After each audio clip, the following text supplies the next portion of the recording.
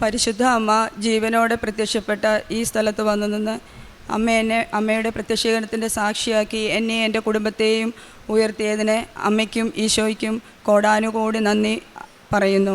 എൻ്റെ പേര് മേഴ്സി ജിനു. ഞാൻ പത്തനംതിട്ട കോഴഞ്ചേരിയിൽ നിന്ന് വരുന്നു. ഞാൻ ആദ്യമായി കൃപാസനത്തിൽ വന്നത് 19/1/2024 എന്ന ജനുവരി മാസത്തിലാണ്. ഈ കൃപാസനത്തെപ്പറ്റി ഞാൻ അറിയുന്നത് എൻ്റെ അമ്മ വഴിയാണ്. അപ്പോൾ അമ്മ എന്നോട് പറഞ്ഞായിരുന്നു, നീ അവിടെ പോയി പ്രാർത്ഥിക്കുക. അപ്പോൾ എനിക്ക് കടഭാരം ഒത്തിരി ഉണ്ടായിരുന്നു, സാമ്പത്തികമായി വളരെ ബുദ്ധിമുട്ടിലായിരുന്നു ഞാൻ ആ സമയത്ത്. അപ്പോൾ അമ്മ എന്നോട് പറഞ്ഞു, നീ അവിടെ പോയി ഉടമ്പടി എടുത്ത് നീ പ്രാർത്ഥിച്ചാൽ അമ്മ നിൻ്റെ എല്ലാ കാര്യവും സാധിച്ചു തരുമെന്ന് പറഞ്ഞു. അതിൻ്റെ ഫലമായിട്ട് ഞങ്ങൾ കുടുംബമായിട്ട്, എൻ്റെ ഹസ്ബൻഡും 2 മക്കളുണ്ട് എനിക്ക്, ഞങ്ങൾ 4 പേരും കൂടി ഇവിടെ വന്നു. അന്ന് തന്നെ ഞാൻ ഉടമ്പടി എടുക്കുകയും ചെയ്തു. എനിക്ക് ഹൗസിംഗ് ലോൺ എടുത്ത് എനിക്കൊരു ഭവനം ഉണ്ടാക്കി. അതിൻ്റെ ഒരു സാമ്പത്തിക ബുദ്ധിമുട്ട് വളരെയായിരുന്നു. എൻ്റെ ഹസ്ബൻഡ് കോട്ടയത്ത് ഒരു കമ്പനിയിലാണ് ജോലി ചെയ്തിരുന്നത്. അവിടെ വെച്ച് പുള്ളിക്ക് പെട്ടെന്ന് അവിടെ സമരവും ലേ ഓഫും ഒക്കെ ആയി. അപ്പം എനിക്ക് ലോൺ അടയ്ക്കാനുള്ള ഒരു സാമ്പത്തിക സ്ഥിതിയില്ല. വീട്ടിലെ കാര്യത്തിന് പോലും വലിയ ബുദ്ധിമുട്ടായിരുന്നു മുന്നോട്ട് പോകുവാൻ. എനിക്ക് യാതൊരു വിധമായ ഒരു ഇതും ഇല്ലായിരുന്നു മുന്നോട്ട് പോകുവാൻ. എനിക്കൊരു വഴി തുറന്നു തരണേന്ന് മാത്രമാണ് ഞാൻ അന്ന് ഉടമ്പടി എടുത്തപ്പോൾ ഇവിടെ വന്നിരുന്ന് പ്രാർത്ഥിച്ചത്. ഇവിടെ നിന്നപ്പോൾ തന്നെ എൻ്റെ ഹസ്ബൻഡ് എന്നോട്, അപ്പോൾ എൻ്റെ ആങ്ങളെ ടാൻസാനിയയിലുണ്ട്, അപ്പോൾ എന്നോട് പറഞ്ഞു, നീ ഒന്ന് വിളിച്ച് പറ, എന്നെ ഒന്ന് കൊണ്ടുപോകാനായിട്ട് ഒന്ന് ചോദിക്കുന്നു പറഞ്ഞു. ഞാനപ്പം പറഞ്ഞു, നടക്കുമോ എന്നറിയത്തില്ല, ഞാൻ ചോദിച്ചു നോക്കാമെന്ന് പറഞ്ഞു. അപ്പോൾ ഞാൻ അന്ന് ഇവിടുന്ന് പോയതിൻ്റെ അന്ന് വൈകിട്ട് തന്നെ ഞാൻ എൻ്റെ ആങ്ങളെ വിളിച്ചപ്പോൾ ഞാനിങ്ങനെ പറഞ്ഞു, ഇതുപോലെ ബുദ്ധിമുട്ടിലാണ്, എനിക്ക് എന്ത് ചെയ്യണമെന്ന് അറിയത്തില്ല, എനിക്ക് ലോണ് അടയ്ക്കാൻ ഒരു വഴിയുമില്ല, കാരണം ജോലി മുന്നോട്ട് പോയി ആ ജോലിയിൽ നിന്നുള്ള വരുമാനം കൊണ്ട് പറ്റത്തില്ലായിരുന്നു. ലോണ്, കുഞ്ഞുങ്ങളുടെ പഠിത്തം, എൻ്റെ വീട്ടിൽ ബുദ്ധിമുട്ട് വളരെയായിരുന്നു. എനിക്കിവിടെ വന്ന് എന്നും എപ്പോൾ വന്നാലും കരയാനല്ലാതെ എനിക്ക് അമ്മയോടൊന്നും പറയാനില്ലായിരുന്നു. എപ്പോഴും അമ്മയുടെ മുഖത്തോട്ട് വന്ന് നിന്ന് കരഞ്ഞ് ഞാൻ ഇവിടുന്ന് പോകുന്നതല്ലാതെ എനിക്കൊന്നും പറയാൻ പറ്റത്തില്ല. പക്ഷേ അന്ന് ഇവിടുന്ന് പോയി ഞാൻ പിന്നെ എൻ്റെ ആങ്ങളെ വിളിച്ചപ്പം എൻ്റെ ആങ്ങളെ പറഞ്ഞു, ഇവിടുന്ന് ഇപ്പോൾ ആരെയും കൊണ്ടുപോകാൻ പറ്റത്തില്ല, അവിടെ അങ്ങനെ ഒരു കിട്ടുമോ എന്നറിയത്തില്ല, ഞാനൊന്ന് ശ്രമിച്ച് നോക്കാമെന്ന് എന്നോട് പറഞ്ഞുള്ളൂ. നീ അമ്മയോട് പ്രാർത്ഥിക്കുക, മാതാവിൻ്റെ അടുത്ത് പ്രാർത്ഥിക്കാനേ എന്നോട് പറഞ്ഞു. ഞാൻ അന്ന് തൊട്ട് നിരന്തരം എന്നും രാവിലെയും വൈകിട്ടും തിരികെത്തിച്ചു ഞാൻ എന്നും പ്രാർത്ഥിക്കുമായിരുന്നു അമ്മയോട്, അമ്മ ഒരു വഴി കാണിച്ച് എനിക്ക് തരണേ, എനിക്കിതല്ലാതെ വേറെ മാർഗ്ഗമില്ല മുന്നോട്ട് പോകുവാനായിട്ടെന്ന് പറഞ്ഞു.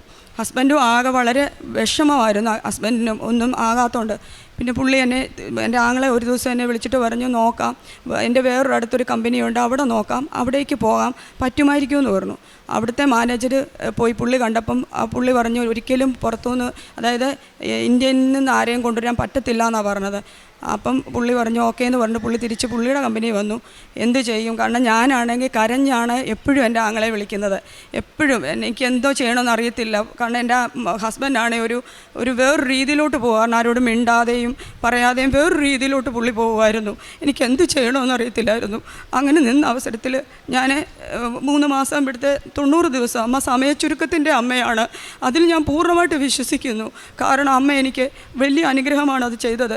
അവിടുന്ന് ഇവിടെ വന്നു ഞാൻ 2ാമത്തെ ഉടമ്പടി പുതുക്കി. അന്ന് വൈകിട്ട് ഞാൻ വീട്ടിൽ ചെല്ലുമ്പോൾ എൻ്റെ ആങ്ങളെ എന്നെ വിളിച്ചിട്ട് പറഞ്ഞു, എടി ഒരു ഇതുകൊണ്ട് നീ പാസ്പോർട്ട് പുള്ളിയുടെ എളുപ്പം ഇട്ട് തരാം എന്നോട് പറഞ്ഞു. ഞാൻ അത് പ്രകാരം പാസ്പോർട്ട് എളുപ്പം പുള്ളിയുടെ ഇട്ട് കൊടുത്തു. അപ്പോഴത്തേക്കും എന്നോട് പറഞ്ഞു, പ്രാർത്ഥിക്കുന്നേ, ഞാൻ ശ്രമിക്കുന്നുണ്ടെന്ന് പറഞ്ഞു. അപ്പോൾ എനിക്ക് ചെറിയൊരിതായി, കാരണം അമ്മ മാതാവ് എന്നെ കൈവിടത്തില്ലെന്ന് എനിക്ക് ഭയങ്കര പൂർണ്ണ വിശ്വാസമായിരുന്നു. ഞാൻ അവിടെ നിന്ന് കരഞ്ഞ് ഞാൻ പ്രാർത്ഥിച്ചു. പാസ്പോർട്ട് ഇവിടെ കൊണ്ടുവന്നും അവിടെ നിന്നും ഞാൻ അമ്മയുടെ മുമ്പിൽ നിന്നും ഞാൻ അവിടെ നിന്ന് തിരികെ എത്തിക്കുമ്പോൾ ഈ പാസ്പോർട്ട് കൈപ്പിടിച്ചാണ് ഞാൻ പ്രാർത്ഥിക്കുന്നത്. അമ്മ ഇടപെടണേ, എൻ്റെ പ്രശ്നത്തിന് അമ്മ പരിഹാരം കാണിക്കണേ എന്ന് പറഞ്ഞു.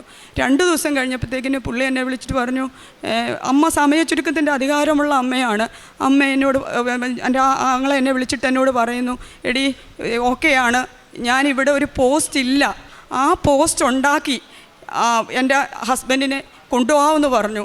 അവിടെ ആ പോസ്റ്റിൽ അങ്ങനെ ഒരിക്കലും ഇല്ല, സൂപ്പർവൈസർ എന്നും പറഞ്ഞ് അവിടെ ഒരു പോസ്റ്റ് ഇല്ല.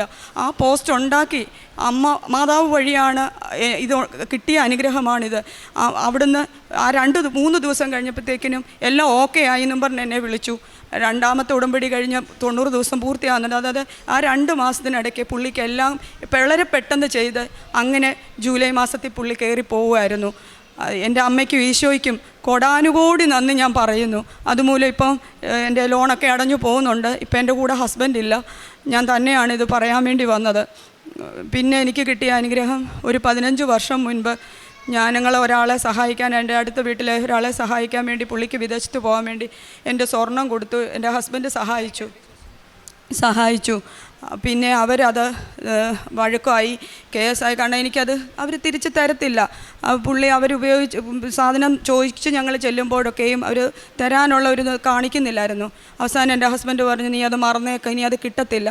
അവരതിൻ്റെ ഇടയ്ക്ക് കേസ് കൊടുത്തു.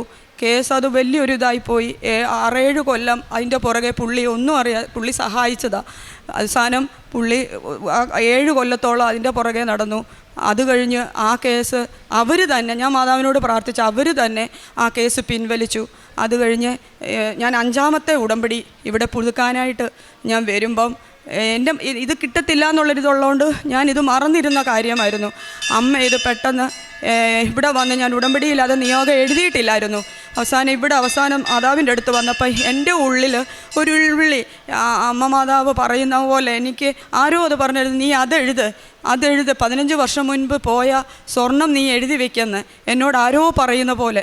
ഞാൻ പെട്ടെന്ന് താഴെ തന്നെ, എഴുതാൻ സ്ഥലമില്ല, അവിടെ ചുമ്മാ ഞാനൊന്ന് ആ നിയോഗം എഴുതി വെച്ചു. ആ ഉടമ്പടി എടുത്ത് ഞാൻ വീട്ടിൽ ചെന്നു. 3 ആഴ്ച കഴിഞ്ഞപ്പോൾ ആ പുള്ളിക്കാർ തന്നെ എൻ്റെ വീട്ടിൽ കൊണ്ടുവന്ന് ആ സ്വർണം എനിക്ക് തന്നു. അമ്മയ്ക്കും തിരുക്കുമാരനും കോടാനുകോടി ഞാൻ നന്ദി പറയുന്നു. എൻ്റെ അമ്മയാണ് എന്നെ ഈ വലിയ അനുഗ്രഹം എനിക്ക് തന്നതിന് കോടാനുകോടി ഞാൻ അമ്മയ്ക്ക് എത്ര നന്ദി പറഞ്ഞാലും പോരാ, അതുപോലെ ഞാൻ നന്ദി പറയുന്നു. അത് കഴിഞ്ഞ് എനിക്ക് ഉപ്പൂറ്റിക്ക് 2 വർഷത്തോളമായിട്ട് എനിക്ക് ഉപ്പൂറ്റിക്ക് സഹിക്കാൻ പറ്റാത്ത വേദനയുണ്ടായിരുന്നു. ഞാൻ പല ഡോക്ടർമാരെ കാണിച്ചു, ആയുർവേദം വരെയും പോയി ചെയ്തു, 3 മാസത്തോളം അത് ചെയ്തു.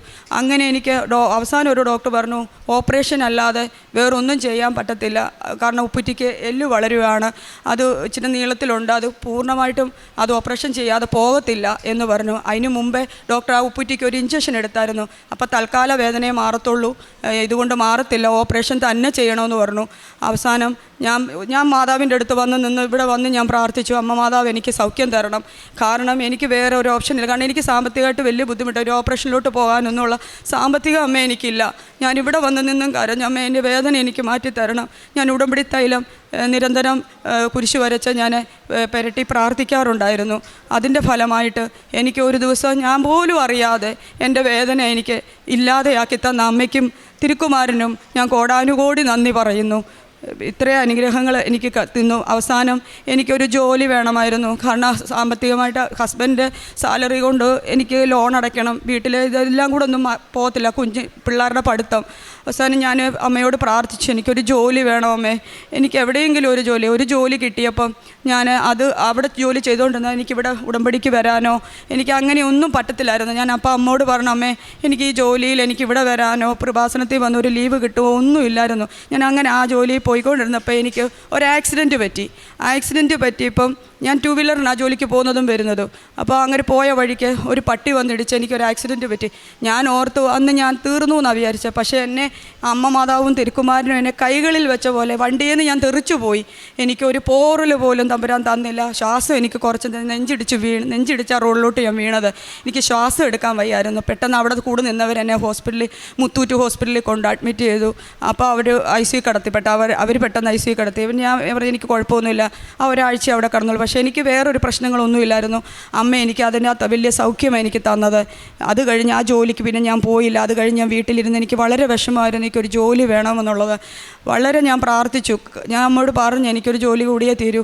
ഇപ്പം എനിക്ക് 3 മാസമായി ഞാനൊരു ഹോട്ടലിൽ ഒരു ബില്ലിങ്ങിലെ മാനേജറായിട്ട് വർക്ക് ചെയ്യുവാണ്. അമ്മയ്ക്കും തിരുക്കുമാരനും എനിക്ക് ജോലി ലഭിച്ചത് അമ്മയുടെ അനുഗ്രഹവും തിരുക്കുമാരൻ്റെ അനുഗ്രഹവും കൊണ്ട് മാത്രമാണ്.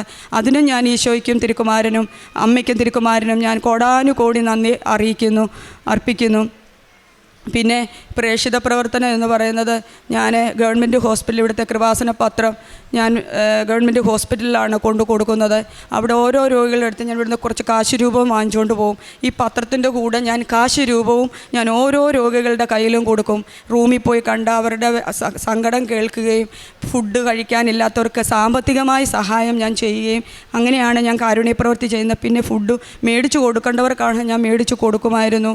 ഇപ്പം ഞാൻ ജോലി ചെയ്യുന്ന ഹോട്ടലിലായതുകൊണ്ട് ഒരുപാട് പേര് വിശന്ന് വരുന്നുണ്ട്. അപ്പം ഞാൻ അവർ കൊടുക്കത്തില്ലെങ്കിലും ഞാൻ എൻ്റെ കയ്യിൽ നിന്ന് പൈസ കൊടുത്താണെങ്കിലും ഞാൻ അവർക്ക് ഫുഡ് വാങ്ങി കൊടുക്കും. അങ്ങനെ ഞാൻ കാരുണ്യ പ്രവൃത്തി ചെയ്യുന്നത്. പിന്നെ അച്ഛൻ്റെ ധ്യാനം ഞാൻ ഒരു ദിവസം പോലും മുടങ്ങത്തില്ല. അവർ ഡെയിലി ബ്രെഡ് എനിക്ക് വളരെ അനുഗ്രഹമാണ്. അതിൽ നോട്ട് ബൈ, അച്ഛൻ പറയുന്നത് പോലെ not by merit but by grace. ഇത് ഞങ്ങളുടെ കഴിവ് കൊണ്ടൊന്നുമല്ല, ദൈവത്തിൻ്റെയും അമ്മയുടെയും കൃപ കൊണ്ട് മാത്രം എനിക്ക് കിട്ടിയതാണ് ഈ അനുഗ്രഹങ്ങൾ.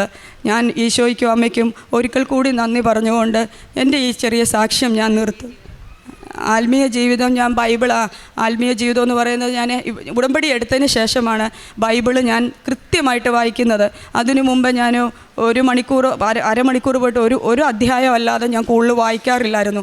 ഉടമ്പടി എടുത്തതെന്നാണോ അന്ന് മുതൽ ഞാൻ 1 മണിക്കൂറെങ്കിലും ഇരുന്ന് ഞാൻ ബൈബിള് വായിക്കും. എനിക്കത് വലിയൊരു അനുഗ്രഹമാണ് അമ്മ മാതാവ് തന്നത്. കാരണം ഞാൻ ബൈബിള് അങ്ങനെ വായിക്കാറില്ലായിരുന്നു. ഈ ഉടമ്പടി ജീവിതത്തിൽ വന്ന അന്ന് മുതലാണ് അരമണിക്കൂർ എന്നുള്ളത് 1 മണിക്കൂറിന് മേളൊക്കെ ചിലപ്പം പോവും. എൻ്റെ മദറിൽ എന്നോട് പറയും എപ്പോഴും ഇരുന്ന് പ്രാർത്ഥനയാണെന്നാണ് പറയുന്നത്. പക്ഷേ എന്നാലും ഞാനിരുന്ന് എന്നും വായിക്കും കിട്ടുന്ന സമയം. ഇപ്പോൾ ജോലി ചെയ്യുന്നിടത്താണെങ്കിൽ എനിക്ക് ഫ്രീ ടൈം കിട്ടുമ്പോൾ ഞാൻ ഈ ധ്യാനവും ഈ സാക്ഷ്യങ്ങളും, വീട്ടിൽ അടുക്കളയിലാണെങ്കിലും ജോലി ചെയ്യുമ്പോൾ ഈ സാക്ഷ്യമൊക്കെയാണ് ഞാൻ കേട്ടുകൊണ്ടിരിക്കുന്നത്. എനിക്കത് വലിയൊരു അനുഗ്രഹമാണെന്ന് ഞാൻ ഇപ്പോൾ പറയുന്നു. അമ്മയ്ക്കും ഈശോയ്ക്കും ഒത്തിരി നന്ദി പറഞ്ഞുകൊണ്ട് എൻ്റെ ഈ എളിയ സാക്ഷ്യം ഞാൻ നിർത്തുന്നു. ക്ഷീണിതരെ ഞാൻ ശക്തിപ്പെടുത്തും, ദുഃഖിതരെ ഞാൻ ആശ്വസിപ്പിക്കും. ജെറമിയ പ്രവാചകന്റെ പുസ്തകം 31-ാം അധ്യായം 25-ാം വചനമാണ്. നമ്മുടെ ജീവിതത്തിൽ പലപ്പോഴും ശാരീരികമായും മാനസികമായും ചിലപ്പോൾ ആത്മീയമായും നമ്മൾ ക്ഷീണിതരാണ്. ഒരുപക്ഷെ പ്രാർത്ഥനയിൽ തളരാം, ജീവിത പ്രശ്നങ്ങളിൽ കുടുങ്ങിപ്പോകാം. എന്നാൽ ദൈവം പറയുന്നത് നിന്റെ ക്ഷീണം ഞാൻ മാറ്റും, നിന്റെ ശൂന്യത ഞാൻ നീക്കുമെന്നാണ്. ഉടമ്പടി മക്കളുടെ ജീവിതത്തിൽ മരിയൻ ഉടമ്പടി ഒരു ആത്മീയ സമർപ്പണമാണ്. നമ്മുടെ ക്ഷീണം, ദുഃഖം, കടബാധ്യത, ഭവനമില്ലായ്മ, ജോലിയില്ലായ്മ, ഇങ്ങനെയൊക്കെയുള്ള ശൂന്യതകളെല്ലാം ദൈവത്തിന് സമർപ്പിക്കുന്ന ഒരു വലിയ പദ്ധതിയാണ് ഉടമ്പടി. പരിശുദ്ധ അമ്മ വഴി ദൈവകൃപയാണ് നമുക്ക് ലഭിക്കുന്നത്. ഉടമ്പടിയിൽ നമ്മുടെ ക്ഷീണത്തിൽ നിന്ന് പരിശുദ്ധ അമ്മ നമ്മുടെ കരം പിടിച്ച് ഈശോയുടെ അരികിലേക്ക്, ആ ശക്തിയിലേക്കാണ് നമ്മെ ഓരോരുത്തരെയും നയിക്കുന്നത്. ദൈവമേ എനിക്ക് കഴിയില്ല എന്ന് പറയുമ്പോൾ നീ എന്നിൽ നിറയ്ക്കണമേ, നീ എനിക്ക് വഴി തുറന്നു തരണമേ എന്ന് പ്രാർത്ഥിക്കുമ്പോൾ നമ്മുടെ ഹൃദയത്തിൽ ഒരു സമാധാനം നൽകുന്നത് പരിശുദ്ധ അമ്മ പ്രത്യക്ഷപ്പെട്ട ഈ ആലയത്തിൽ വന്ന് പ്രാർത്ഥിക്കുമ്പോഴാണ്. മരിയൻ ഉടമ്പടി വിശ്വാസത്തിൻ്റെ ഒരു പുതുക്കലാണ്, ഒരു റിന്യൂവലാണ്. നമ്മുടെ ദുഃഖങ്ങൾ അറിയുന്ന ദൈവമാണ് നമ്മുടെ കൂടെയുള്ളത്. നമ്മെ ആശ്വസിപ്പിക്കുന്ന ഒരമ്മയാണ് കൃപാസനം അമ്മ. ജീവിതത്തിൽ നമ്മൾ നേരിടുന്ന ദുഃഖങ്ങൾ, പ്രിയപ്പെട്ടവരുടെ നഷ്ടവും രോഗവും ബുദ്ധിമുട്ടുകളും ജീവിത കുടുംബ പ്രശ്നങ്ങളുമെല്ലാം, നമ്മുടെ ഏകാന്തതയെല്ലാം, ജീവിതത്തിൽ നമുക്ക് ബുദ്ധിമുട്ടുകൾ ഏറുമ്പോൾ പരിശുദ്ധ അമ്മയുടെ സന്നിധിയിൽ വന്ന് ഉടമ്പടിയിൽ നമ്മുടെ ദുഃഖങ്ങൾ, ഭാരങ്ങളെല്ലാം സമർപ്പിക്കുമ്പോൾ പരിശുദ്ധ അമ്മ കൃപാസനം അമ്മയുടെ ഇടപെടലിലൂടെയാണ് ദൈവകൃപ ലഭിക്കുന്നതും സമാധാനവും സന്തോഷവും കൃപയും അനുഗ്രഹവും കരുണയും ലഭിക്കുന്നത്. ഉടമ്പടി ജീവിതം കൂടുതൽ വിശ്വസ്തയോടെ, കൂടുതൽ വിശ്വാസത്തോടെ, കൂടുതൽ ആത്മാർത്ഥതയോടെ നമുക്ക് മുന്നോട്ട് നയിക്കാം. മേഴ്സി ജൂനിയൻ കുടുംബത്തിന് ലഭിച്ച എല്ലാ അനുഗ്രഹങ്ങൾക്കും നമ്മൾക്ക് കരങ്ങളടിച്ച് ദൈവത്തെ മഹത്വപ്പെടുത്താം. യേശുവേ നന്ദി, യേശുവേ സ്തുതി, ആവേ മരിയ. അത്യപൂർവ ദൈവാനുഭവങ്ങൾ ഇനി നിങ്ങൾക്കും സ്വന്തം. ഈ യൂട്യൂബ് ചാനൽ ഇതുവരെ സബ്സ്ക്രൈബ് ചെയ്തിട്ടില്ലെങ്കിൽ ഇപ്പോൾ തന്നെ സബ്സ്ക്രൈബ് ചെയ്യുക. ഈ വീഡിയോ ഇപ്പോൾ തന്നെ നിങ്ങളുടെ സുഹൃത്തുക്കൾക്ക് ഷെയർ ചെയ്തുകൊണ്ട് കർത്താവിൻ്റെ പ്രേക്ഷിതരാകുക.